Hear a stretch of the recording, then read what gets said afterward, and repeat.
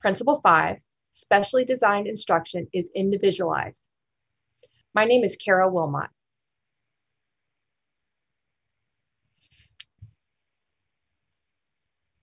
So we've discussed the first 4 principles of the Optimizing Outcomes Guidelines. This month, we will be discussing the 5th principle.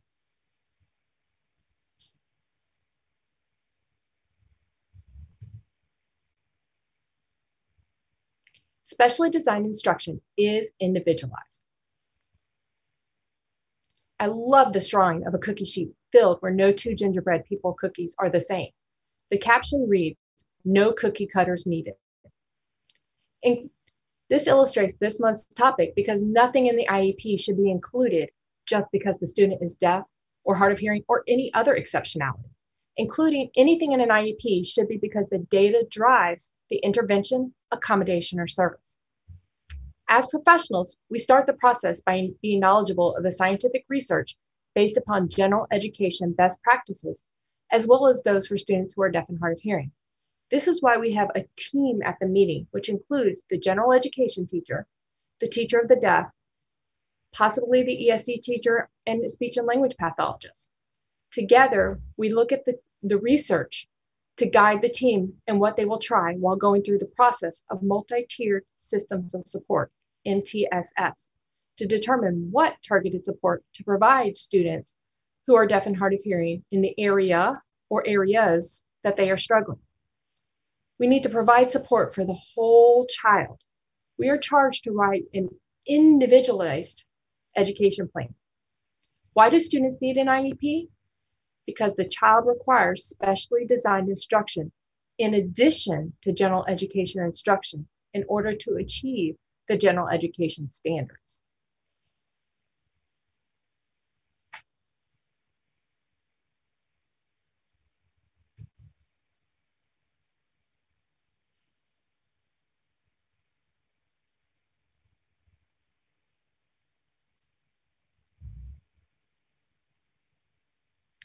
This is the federal definition of special education, also known as Exceptional Student Education, ESE, in Florida.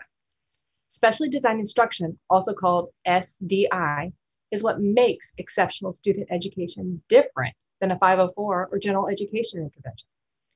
If general education interventions and accommodations do not help close the gap, then the student needs special content, methodology, or delivery of the instruction in order to access the goal, which is the general education curriculum.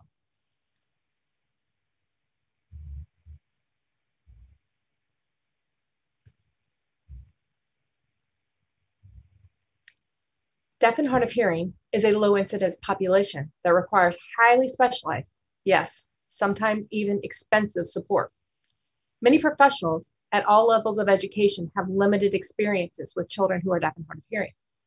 This phenomenon is further impacted by the highly specialized needs of this unique population. So not only are there not a lot of people who have experience working with children who are deaf and hard of hearing, the manifestations are often so unique that many professionals don't know where to start for supporting them. Professionals in deaf education must be knowledgeable and continue to read the new research of best practices for students who are deaf and hard of hearing. We must also remember that there is a continuum of services, but ESE is a service and not a place. This means these services can be provided in a whole variety of settings. The 2 primary goals are closing the achievement gap and equal access to communication at all times. It is important to have an expert able to look through that lens to help determine the needs of that 1 in 100 students with a hearing loss in the classroom.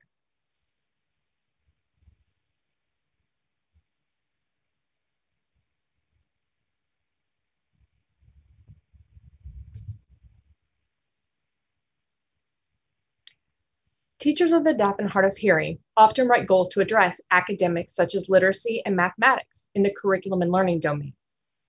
In addition, expanded skills standards were developed to guide the IEP team on how to provide specially designed instruction for students who are deaf and hard of hearing to be able to access the general education instruction based upon the student's needs. These Florida standards are based upon the expanded core curriculum. They focus mostly on language, access, self-awareness, and self-determination. Some of the expanded skill standards reference language development, which by association are related to literacy, especially in consideration of students whose primary communication modality is American Sign Language. Also, a student needs to understand how they learn to ask their general education teacher to meet their learning needs during reading instruction in the general education classroom. Therefore, these standards fall in the social emotional, independent functioning, and communication domains. The standards are written at an elementary, middle, and high school level. This also should be noted that only certified teachers of the deaf and hard of hearing in the state of Florida are qualified to teach these course codes. The speech and auditory training standards address the listening and spoken language needs of students who are deaf and hard of hearing. These are great for guiding the IEP team, especially the teacher of the deaf and the speech and language pathologist, to go through the appropriate stages of a development of auditory learning needs. Even students who communicate through American Sign Language may benefit from these goals, especially students in a bilingual deaf education program. These goals fall under the communication domain, sorry.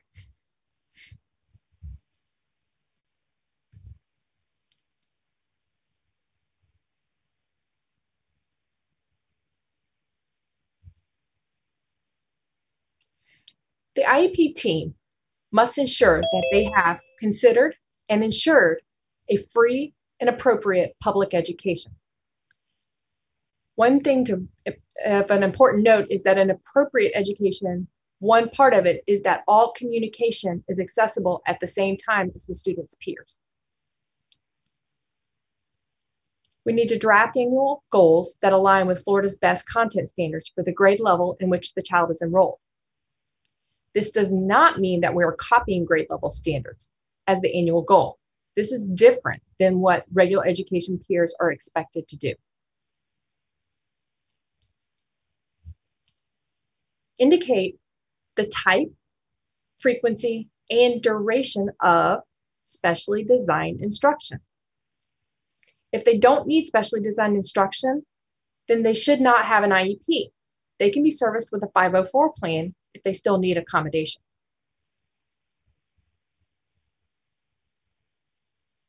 Ensure the child's access to the general education curriculum is in the least restrictive environment. We will be talking more about this next month, but remember, ESE is a service and not a place. LRE is student-driven.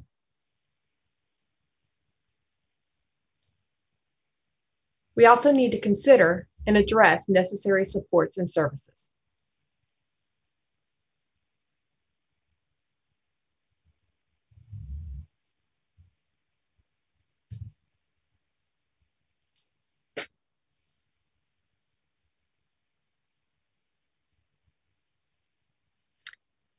Research has demonstrated that children with disabilities who struggle in reading and mathematics can successfully learn grade level content and make significant academic progress when appropriate instruction, services, and supports are provided. We, as teachers of the deaf and hard of hearing, must work with the team to determine what is appropriate. I'm very excited that we have some wonderful new evidence-based literacy intervention for students who are deaf and hard of hearing. One of these new programs is Foundations for Literacy, and this is a fabulous program, but it is not appropriate for high school students. It was designed for pre-K through kindergarten. I know that Rewards by Anita Archer is a reading intervention that is evidence-based for students with reading difficulties, but it is not research for students who are deaf and hard of hearing. I attended the training for this program and saw that it had all the high impact strategies of reading intervention. I took my knowledge of deaf education and I applied it to this intervention with my middle school and high school students who were deaf and hard of hearing. I set up appropriate seating so that they had good visual access to my face. I added extra visuals, like allowing my students to see certain parts of the script that it said that we shouldn't show them. I also added visual phonics. And then I progress monitored their growth with the program. If they were not making intervention level gains, then I stopped. And I found this with some of my students who were deaf, who did not have access to residual hearing. But the students who were more hard of hearing and could still access some of the sound, they were making great growth through, and I was able to show that through progress monitoring. I had to use my lens as a teacher of the deaf and hard of hearing to look at the research and what the best practices are for teaching deaf and hard of hearing, and progress monitor to determine if it was appropriate to offer this specially designed instruction. And I had to do it for each child on my caseload.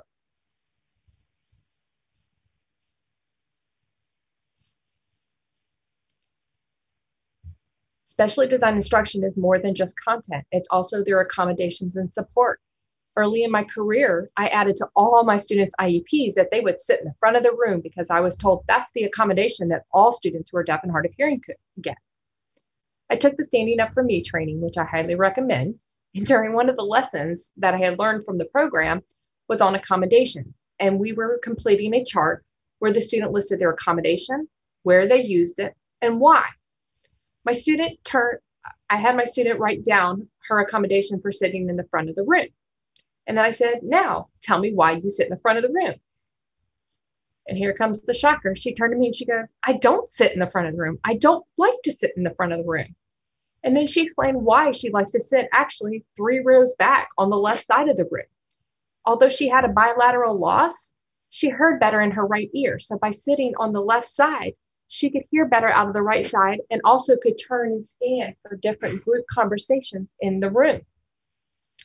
She liked to sit 3 rows back because that gave her a better view of the room. She could see the teacher, the board or projector, the interpreter, and then also the TV that happened to be in the corner for announcements. My student taught me something that day. We don't add anything to the IEP because a student is deaf or hard of hearing. I learned that based upon my expertise, I needed to discuss seat placement with students who are deaf and hard of hearing because based upon the research, it can impact learning. But I need to listen to my students and the data as to the best seat in the room. And yes, sometimes even the seating can change depending on the activity in the class.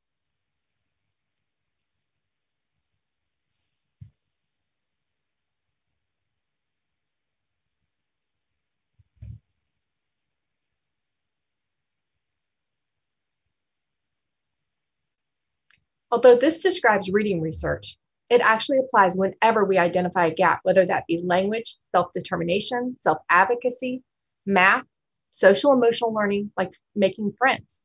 We have to, again, look at the whole child. When providing specially designed instruction, we need to remember the goal is closing the gap so students can achieve grade level content or age appropriate skills. There is a Supreme Court ruling that de minimis progress, also known as minimum growth, is not equitable. Students need to be making intervention level growth, which is more than a year's worth of progress to catch up with grade level peers. Intervention must be offered as soon as it is clear that the student is lagging behind the development of skills or knowledge critical to reading growth. This can change throughout the year in the general education classroom. A student may struggle with one standard and need support, be fine with the next standard and not need the support, and then back to struggling with the next standard.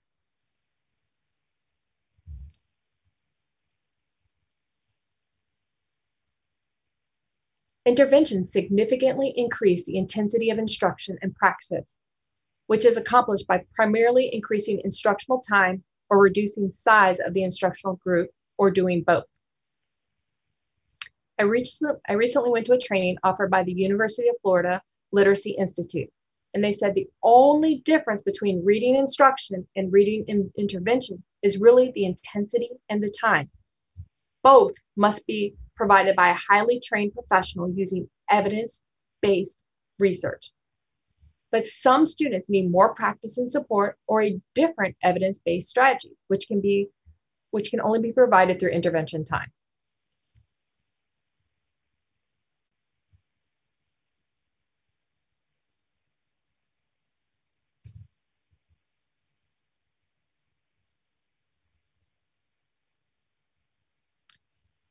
Interventions must also provide the opportunity for explicit, direct, and systematic instruction and practice, along with cumulative review to ensure mastery. This is the beauty of programs like Foundations for Literacy, Fingerspelling Our Way to Reading, Fairview, Steps to Success, and Standing Up for Me. They are written with steps to make sure the instruction is explicit and systematic.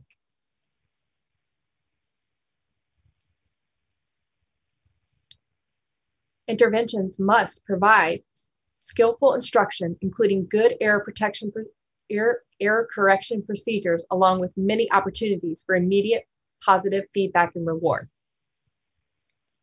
The book Explicit Instruction by Anita Archer and Charles Hughes is a great read to learn more about this topic.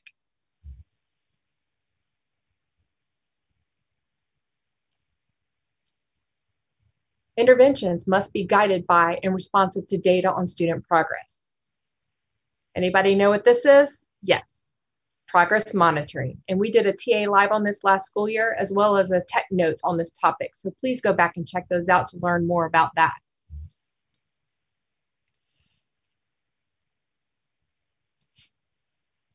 Finally, intervention must be motivating, engaging, and supportive. A positive atmosphere is essential. Have fun teaching so your students have fun learning.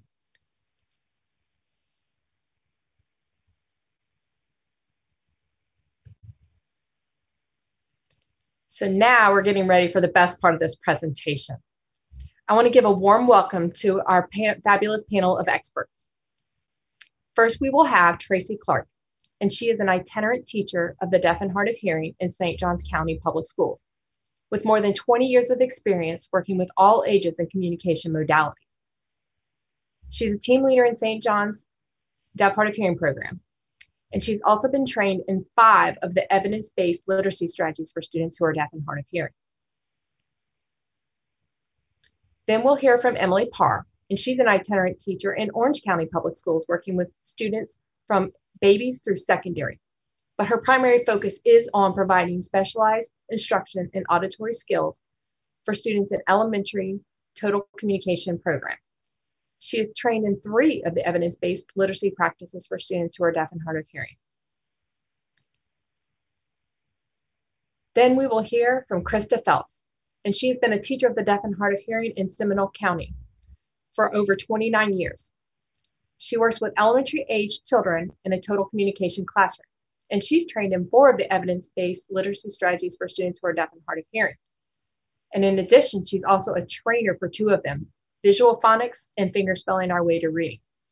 She is also part of the pilot program for strategic interactive writing instruction. They are here to discuss this topic and to answer questions for you participants. So first up, we have Tracy Clark. And I'm turning the floor over to you. Okay. Thanks, Kara. And thanks, RMTC, for all of your fantastic support you've provided us throughout the years. I've been able to benefit from many of the trainings, and I'm very grateful for that. So, okay, let's go ahead and jump in. So today I'm going to present to you this, just a case study. We have Andy, he's 10 years old, and he is in 4th grade. And I'll give you some of the background and some of the perspectives from some of the professionals in his life and a little bit of a summary of his journey. And then we'll talk about, what you would do at your district or next steps. And I look forward to getting feedback from all of you as well, because, any information or something I didn't think of yet to do is always appreciated. So, so we'll go ahead. He was born with a moderate to profound sensorineural hearing loss, and he was aided early, so he wore hearing aids. He attended FSDB for pre-K, and where he was, and his parents signed with him before that, but he is the only deaf person in his family. And his parents started learning sign, and then he started to attend FSDB. They met families. The parents are very open to making relationships with other parents, other deaf parents, and they really picked up on that, and Andy really was able to learn a lot of sign. In kindergarten, the parents decided they were going to switch him to a public Montessori school where the teacher in the classroom signed. So he did that for 1 year. And then the following year, that teacher was promoted or moved on to another level. So they decided they weren't going to continue that. So that was when he came to us here in elementary school in first grade, and he was mainstreamed with an interpreter in class. And so one thing to back up a little bit and say is pretty much for school, he was using sign language, and he can also speak fairly well, intelligible to a familiar listener. Sometimes he has some struggle with peers, but can pretty well get along. Out in the community, he doesn't sign. His parents do sign with him, but mostly he is oral outside of the school walls. So that's that first box, the communication. So at home, he's pretty much oral, and I would say with sign support. In fact, he does activities such as taekwondo, flag football, and things without an interpreter. His parents are always there for support, but he's pretty much oral when he's out in the community, and then parents are there to support and facilitate to make sure people understanding what he's saying. In school, however, he is pretty much, and you would think that from his history, that maybe his signing skills might not be that strong, but he has really great signing skills. He's able to communicate very well with deaf adults, deaf peers. And when he came in first grade, there was another deaf peer who was deaf of deaf, very ASL, and they have, even till this day, are really good friends. So in school, he really he chose not to use his voice, and he would primarily be using sign language. In therapy, speech and language therapy, he's going to use his oral skills because he's going to therapy, and with sign support. So the interpreter would go, and they would work together, and where there needed to be extra clarification, the interpreter was there. Now, extended day, because parents worked, he would go to extended day, and he did not use an interpreter in extended day. He was able to communicate well enough with the staff and the children within extended day. So the parents felt that there was not a need for an interpreter in the extended day program. So his supports, he has an interpreter all day, except for the extended day, so the entire school day. And then the deaf, hard of hearing itinerant, so I work with him. He also has ESE services in addition to my services, and then he has speech and language therapy. Okay. Now, looking at him academically, when he first came to us in first grade, he was pretty significantly behind. I would say he was even closer. He was really more at like a pre-primer level when he came in first grade. And at the widest gap, I would say, in his performance, he was a good 2 years probably behind. Speech and language are, certainly a weak area.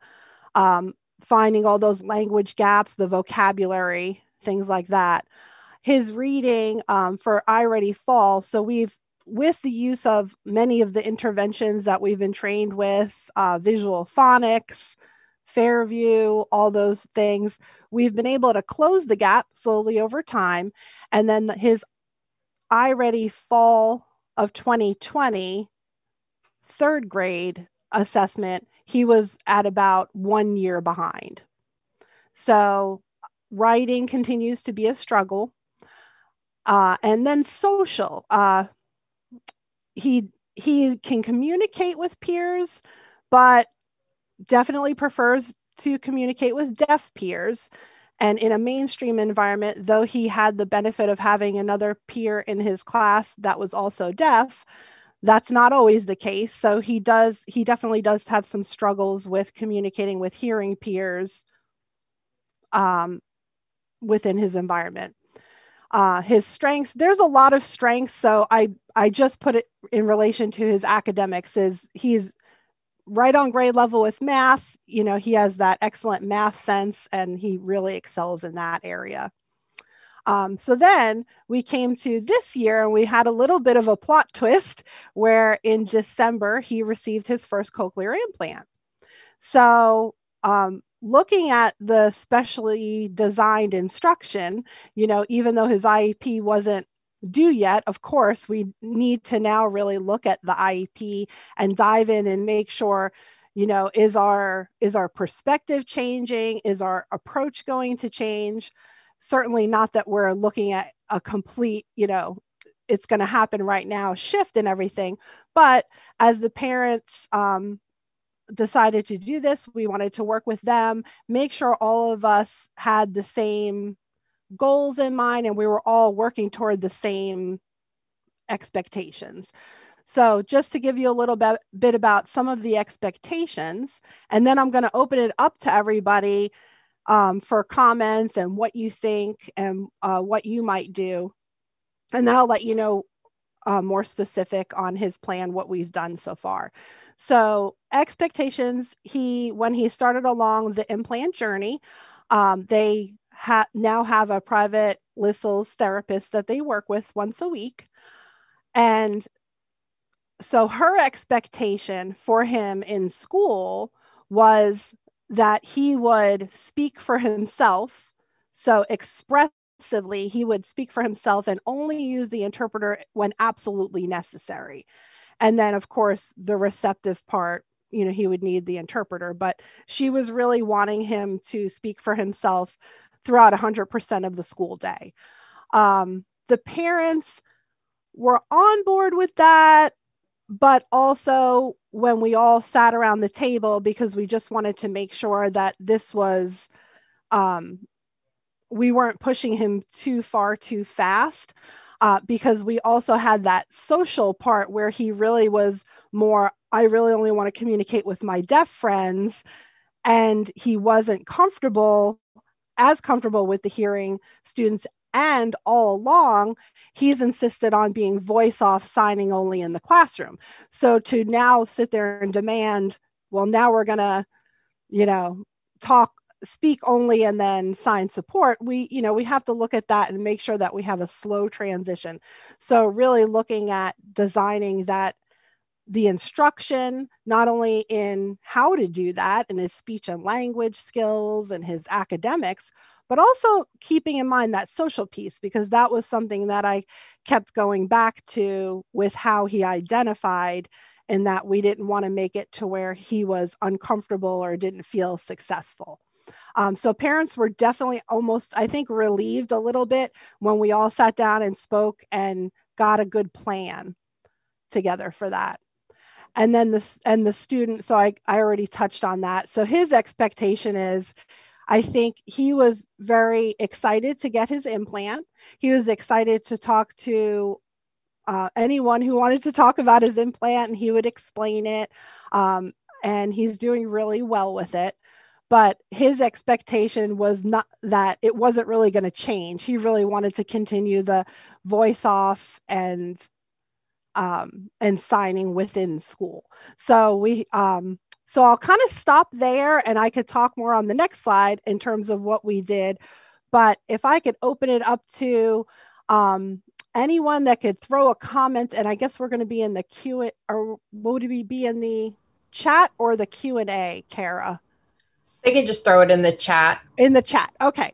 So just anything that kind of pops in your head, questions or concerns or suggestions, looking specifically at that specially designed instruction, looking at where we came from and where he was doing, and he was definitely making good progress. And now we have this. which is definitely a positive thing, but we all need to come together and now have an IEP and look at that specially designed instruction. So if you could throw either questions or suggestions or comments about what do you think, what are the next steps in terms of specially designed instruction? What do we need to do at this point? So we have Lynn Brown saying, interesting that they waited till 4th grade to get an implant. What are his goals for use of this new implant? Right. And what would you guys use for developing those auditory learning? Right. So what materials would you use? Anybody want to throw that in the chat? What materials or what program? So Emily says you need a slow transition so you have time to collect data, observe the student's progress. And make sure, oh, somebody said use the Spice Kit. Make sure when you're putting in there that you put panelist and attendee so everyone sees those comments. And Emily says, yeah, she likes to use Spice for a similar situation.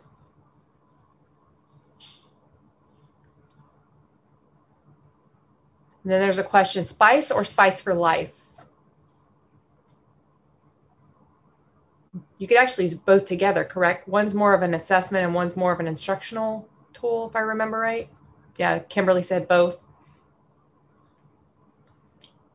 What about academics? Anybody, what kind of academic support would you provide, do you think?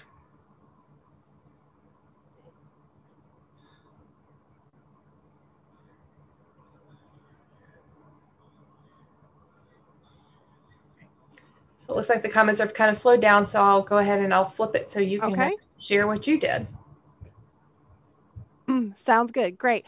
So, so the first box, so this was just what he had pre-implant. So he had speech and language therapy twice a week in school, and he did not have private therapy before before he started on the path to get the implant. So pre-implant, he just had speech and language twice a week. He had the interpreter every day, all day. And then his itinerant DHH services, I worked with him 4 times a week, each for 30 minutes at a time. I also did some push in the classroom to provide some support in the classroom, but that was his pull-out services. And I used the Fairview with him and also the finger spelling, Our Way to Literacy, which both of those programs, we saw great growth with him. So he did really excellent. I didn't put this on there and I don't know why. It popped in my head when Karen mentioned it, but even before implant or before I even knew that the parents were thinking about an implant, I did use visual phonics with him. And I used the word study from the Fairview, and we infused the visual phonics. So we did also target that. We worked on some like Fairview, and we did some small group, with all of my deaf students, small group through Sign. But then I also worked with him individually, and we worked on the visual phonics and training in phonics. So then looking at the implant, so how his services change, and this is just him, and of course you have to look at every kid individually. And for him, also being in 4th grade, as I'm sure you could all feel the pain of this, it's so hard. The older they get, it's so hard to find the time to pull them out of class because they're missing something. So although we think, all right, come on, let's go, we have all this valuable instruction we need to give to the student, but you really have to find that balance and work together as a team. So even before, and I have this in capital letters under both things, is the continuous collaboration between all service providers. I mean, that's such a crucial part of it. Right away when we heard that he had the private Lissel's therapist, I contacted her, we collaborated, we worked together, really closely worked together, and also with the audiologist. But his services, similar. The thing that was added is I also added about 20 minutes every single day, in addition to working on like specific auditory training, discrete skills, using visual phonics when we need to, because he's not a student who, you know, had full access to sounds before. But I'm also, and I do have the SPICE, and I use parts of the SPICE curriculum, and we're kind of going through, I use a lot of the Auditory Learning Guide by Beth Walker. I use that, and we kind of go through all of the stages and the sounds. And we're also, since he was just activated in the beginning of December, we're also still going through a lot of the giving input to the parents and to the audiologist. Like just this week, we had an issue where he had the S and the SH. And then all of a sudden on Monday, not only when he was saying it, I couldn't tell which one it was, but he couldn't even discriminate it. So, you know, we're working closely with that. And again, that continuous collaboration is really key. I mean, it has to be all together, and we have to make sure that the instruction is, you know, specialized and specific to him. So, you know, we went from what it looked like before, we still kept that, the base of it, but obviously he needed more, because we needed to do more with the implant, and then slowly integrating everything into the classroom, while also making sure we keep an eye on that social piece, and that he still stays, you know, strong and comfortable and confident the way he always has been. And so far, everything, it's going really great for him. So I'm kind of excited to see how this year, luckily he's in the building, so how this year kind of pans out, and the progress we can make with him. I love the fact that you're so flexible. And even though you're an itinerant, I've heard some people say, well, I'm an itinerant, I can't see a kid more than once or twice a week. I love that. Again, you're providing the sports the child needs, and you're individualizing that specially designed instruction, and you're meeting them where they are. And the parents are equally a part of the team, as well as the child and the speech and language and outside sources. So I really appreciate you sharing this information. I think this is a great example of how important specially designed instruction is, and using all of our standards. Yep. So next up, we have Emily Parr from Orange County. Hi, thank you. Okay, so as I was reading about this topic, I knew I wanted to share with you all about Kevin, who is currently in 4th grade. So Kevin was born profoundly deaf. He, in pre-K, came to our cluster elementary school for the DHH self-contained pre-K class, which uses total communication. He didn't have really any language at that point. So at that time, he started learning ASL. At age 3, he received his cochlear implants. So from that time in pre-K through 1st grade, he made a lot of growth. And in 1st grade, he started transitioning to the general education class for math. And then eventually in 2nd grade and 3rd grade, also for science and social studies. So by 3rd grade, he was only going to the DHH self-contained class for ELA. He is a kid who uses both ASL and spoken English. He has good self-advocacy skills and uses his accommodations in the gen ed classroom. So throughout his time in our program, the supports that he's received are Fairview instruction in the DHH classroom, speech and language therapy, specialized instruction in auditory skills by the DHH itinerant. So we started with auditory training, and then in the past year have focused more on phonics using the Fairview word study and visual phonics. He has received support from the DHH itinerant in his math, science, and social studies classes. So that has looked like pushing into those classes, as well as a resource time where we preview and review the content vocabulary. He has an ASL interpreter, and he participates in the ASL class that we have for our DHH students. So at the end of his 3rd grade year, the IEP team was faced with the decision of what to do next for fourth grade. Should we continue with his supports and specialized instruction the way it has been? Is it time to transition to full-time in the gen ed?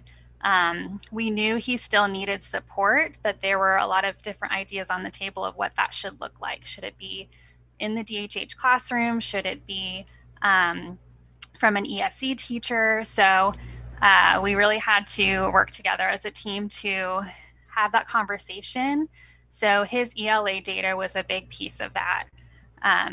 So looking at his data from last year, we only have testing from beginning and middle of year because of COVID. So in Fairview, he went from middle of first grade instructional reading level at the beginning of the year to beginning of second grade at mid-year. And for iReady, he went from beginning of first grade to about mid-first grade. So he was showing growth, but definitely was still showing a need for support. He is an oral reader. He is strong in his comprehension, but his areas of need are decoding and fluency. So that's where I'm going to pause and have you all add in the chat what other questions or data pieces you would want to look at, or what recommendations you would have for this student. Sorry. Oh, I cheated. I was trying to mess with my chat box. The wrong thing. So yes, if you want to type in the chat now, make sure it's to the panelists and attendees, everyone, and share what would you want to know or what would you recommend including in the student's specially designed instruction.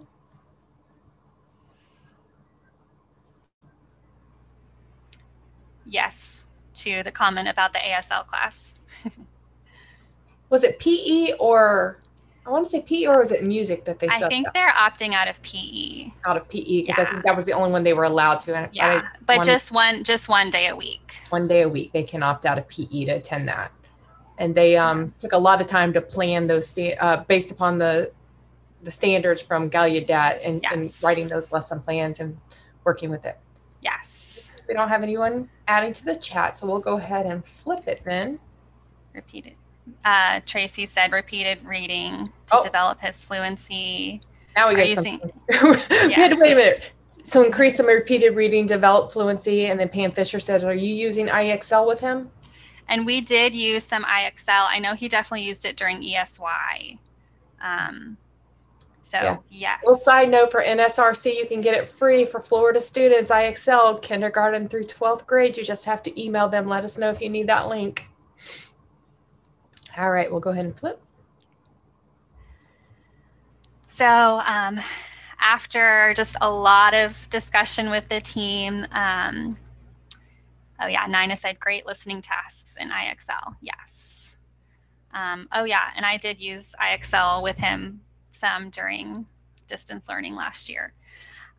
So after a lot of discussion with the team about, okay, what does this student specifically need? What can Fairview address? What can the ESE teacher address? And everything in between, we decided to go ahead and have him transition to the gen ed class. So instead of going to the DHH classroom for ELA, he would be in the general education class, but we added ESE services for ELA. So it's still a type of support, but just a different kind of support. We continued his other services, speech and language. He still goes to the ASL class.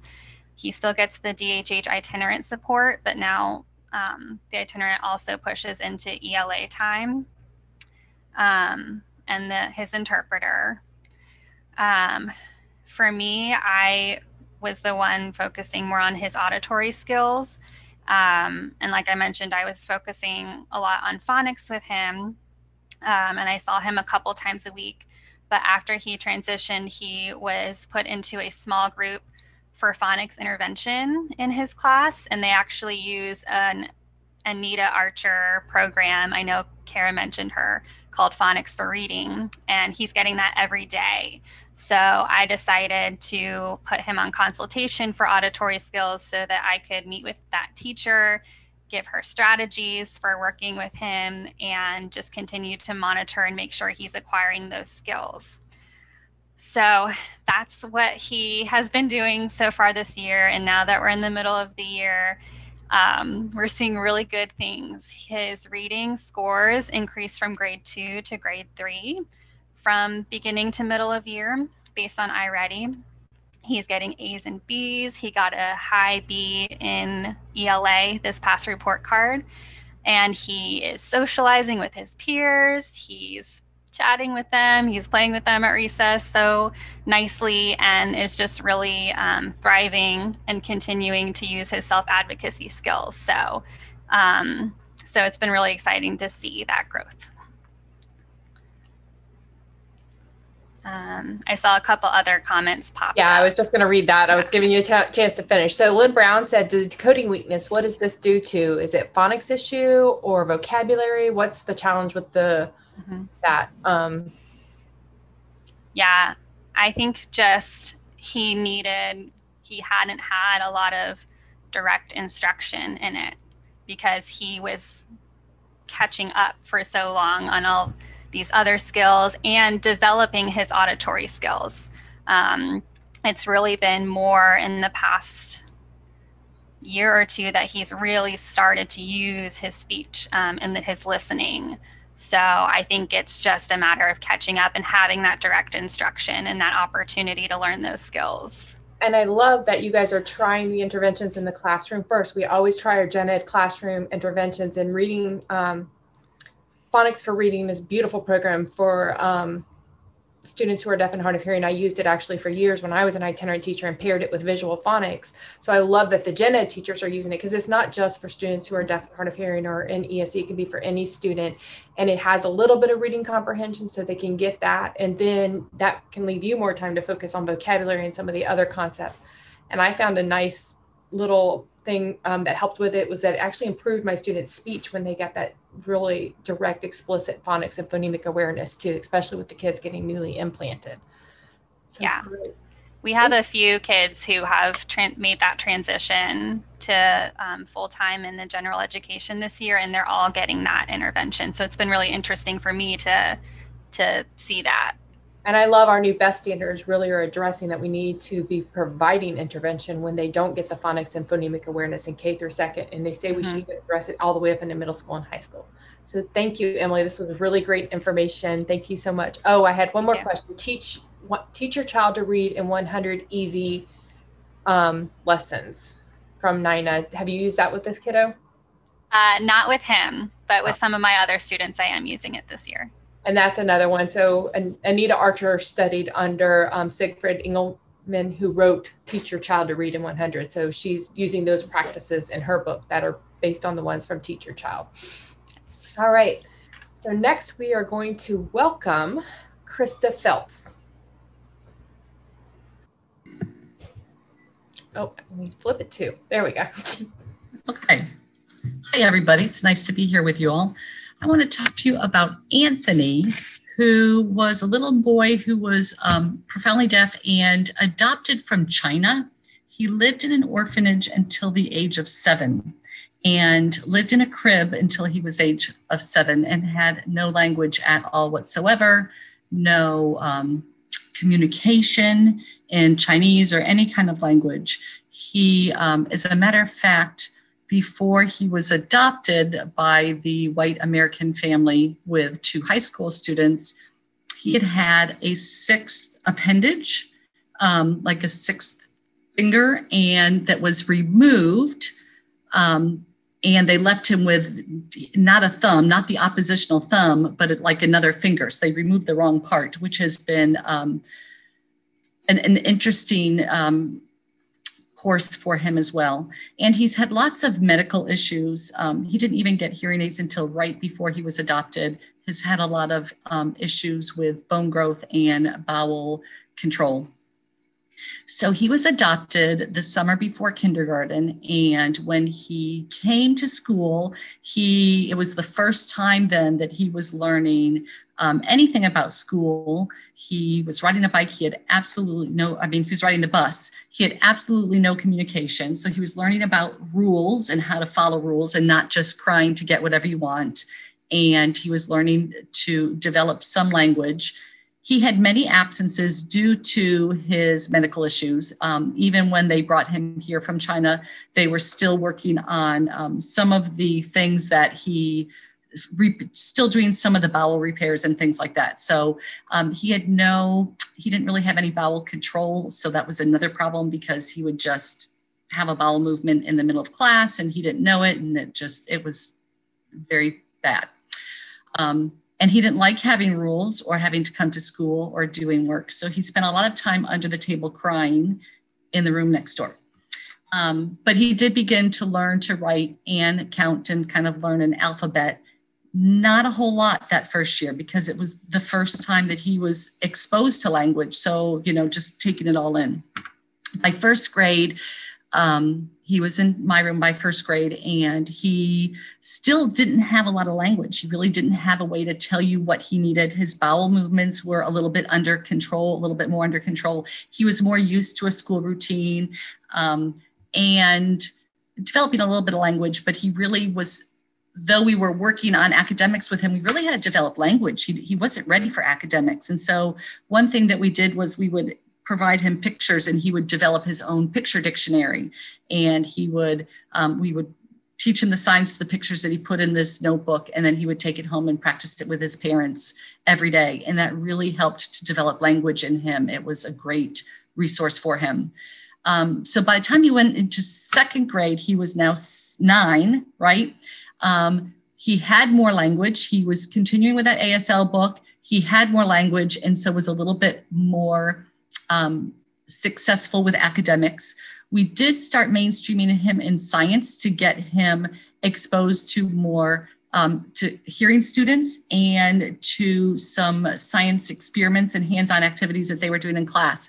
But it was very difficult for him because language-wise, he was still missing some pieces. We did put him in the Foundations of Literacy, which was a really good program in developing language. And we tried the Fairview program for him. So in those 3 grades, he was really learning to learn and learning to communicate and how to do what was expected of him. And there was a lot of pushback from him. This is a student who came from another country. He was very old when he was adopted, but had no language. So he had so many different, he had a hearing age, he had an emotional age, he had a school age, he had all these different factors that were compounding against him. But he was beginning to experience success, but not with Fairview. He really struggled with Fairview, and he was struggling with memory. And so we would practice every day, and he would have his vocabulary books and his Dolch and his bridging books, but it wasn't sinking in. I think he didn't have really the language to have it all sink in at that point. The Foundations was a great success for him. And then the second year in second grade, he repeated second grade at the age of 9, because if he had gone on to third grade, he would have failed the FSA. We didn't know that we weren't going to have the FSA last year. And he would have failed the FSA, and he would have been retained in third and spent the second year in third grade having more tests being conducted and more portfolio assessments. So the team decided to keep him in second grade. So the second year in second grade, he was mainstreamed again in science with much more success, because he had some background knowledge on the material that he was going to learn, and was able to participate more in the classroom and interact with the hearing children a little bit more during the activities that they were completing. He still was very, very low in math, and reading was still very slow to develop. His language, which was much better, he could communicate and tell what he needed and follow directions, and was beginning to use that knowledge and apply it to fingerspelling our way to reading. he had a lot of success with fingerspelling our way to reading. But then, we did have the shutdown with COVID and the homeschooling. And so we came back to school this year, and it was time to rewrite his IEP and look at what his needs were. Before anybody asks for more questions or thinks about what we should do, I will say he came to school this year. His language was through the roof. I could explain things to him. He could explain things to me. He finally caught up to where he needed to be language-wise. And for the first time, we haven't had behavior problems with him. He understands what's going on in the classroom around him. He understands why he's asked to do the things that he needs to do. And his academics have really taken off. So he's a great success story with that. So we only have a few minutes left. So I'm going to open up the floor and see if anybody has any comments or thoughts about what you would apply. I know it takes a minute to get it in there too. And I've seen this little boy in action. He just amazed me last year. Was it last year? No, was it maybe 2 years ago? Yeah. Wow. Yeah. So I love to hear all the progress that he's been making.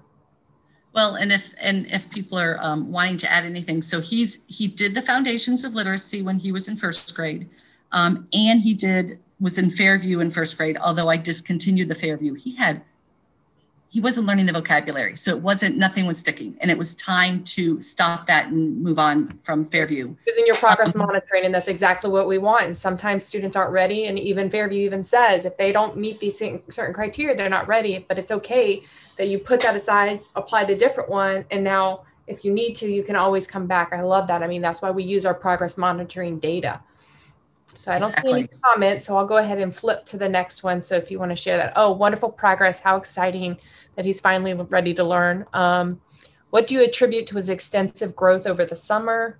We have from Pam. He was in ESY with me, and it was one-on-one and it was face-to-face. I think that the one-on-one helped. So what I started during distance learning was I started ASL class using the bilingual grammar curriculum, and I have continued that this year. And I think that ASL class has really helped because he got the components of messages, both in ASL and English. We've used visual phonics with him all along. He's had his speech and language therapy all along. We've been working on writing with him all along. Did you use receptive or ASL, any receptive or expressive assessments that you found beneficial to use with him?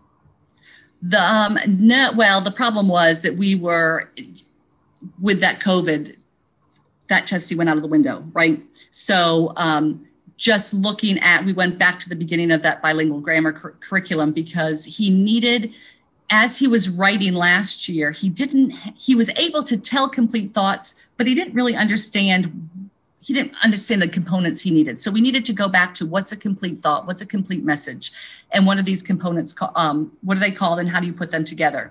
And having that, and then working with him and using that, what he's learning in that ASL English component classroom of the bilingual grammar curriculum, and then applying it to what he's doing in his reading and writing. And then when he came back, I put him in the Fingerspelling Our Way to Reading level 1B. So he had the level 1B builds off of the level 1A. So there's some words he already learned and started teaching him new words. And those were all kind of like a perfect storm because as he's in this Fingerspelling Our Way to Reading, he's also reading he's reading the stories and he can answer the questions and he can answer the inferential questions. And like I said, I could stand up in front and teach the standards, regular ed standards, reading the passage to him, but he can answer questions that are focusing on the standards of, story elements and author's purpose and things like that. So it was really interesting to see all of these things come back together and click into place. And so we did put him back in Fairview this year, and doing back on Fairview, he's doing a great job. And he's in the, what book is he in? The Blue-Tailed Horse, the March grade 1. So he's made phenomenal growth looking at the iReady from the first iReady of this year in August to the December iReady. He made 50 points improvement in reading. And then we just did the third diagnostic. He gained another 37 points. Wow. What was amazing was there were words that he should have recognized when he read the passages. But he didn't. So he didn't have great comprehension from reading, but he had great language comprehension. So when I asked the questions and he looked at the pictures and he went back and looked at the passage, he could pull together great answers to the questions. And he had the ability to think it through and figure out what he was doing. So I'm seeing greater success with him in being able to apply the skills that he's learned. And it's really exciting to see that with him. Well, this was all phenomenal. So if I could ask the whole panel to come back on real quick. Thank you. We have learned so much great information from you guys today. And I see the importance of specially designed instruction. It is individualized when I hear each of you talk. I love that you guys are working as a team together to provide these services. It's not just you, the teacher of the deaf, it's a whole team providing these services. And as a teacher of the deaf and hard of hearing, it really shows me that we have to have a whole toolbox of resources. We can't just have one thing. And we have to have a whole toolbox, and we need to bring those different tools out at different points when we're working with our students to be able to provide them that high quality specialized instruction that is individualized for our students who are deaf and hard of hearing. And we need to carefully monitor our progress to decide, is it effective or not effective at that time, to make sure our students are making that intervention level growth. And I appreciate you so much for coming today to present to all the teachers and give them just some examples of how you do it. And I have seen all three of you teach, and every time I go to see you teach, I'm just in awe. And I hope we'll be able to get back out there again to see more in-person teaching. So I am going to actually skip the panel. We ran out of time to do the questions, but I think all the information you guys shared was just so valuable that I didn't want to stop you. I know you guys are open. If anybody did have any questions, if they wanted to email you, they could. So thank you, Tracy, Emily, and Krista for presenting today. We appreciate your time and expertise on this topic. And I also want to thank Anna for being our interpreter today from Alternative Communication Services. Next month, we will be discussing Principle 6, Least Restrictive Environment is Student-Based, on February 10th. So I hope you'll join us for that. You can fill out the Google form if you have any questions to send to the panelists ahead of time. This reporting will be posted on the RMTC website probably in about a week. And we love hearing from you, and we're happy to help you in any way that we can. Please do complete the survey, because we are Florida Department of Education Bureau of Exceptional Student Education discretionary project, and your data does help drive our services. And so if you could fill that survey out right now, we would greatly appreciate it. I thank you all for being here again from the RMTC staff. We love it seeing all the engaging conversations.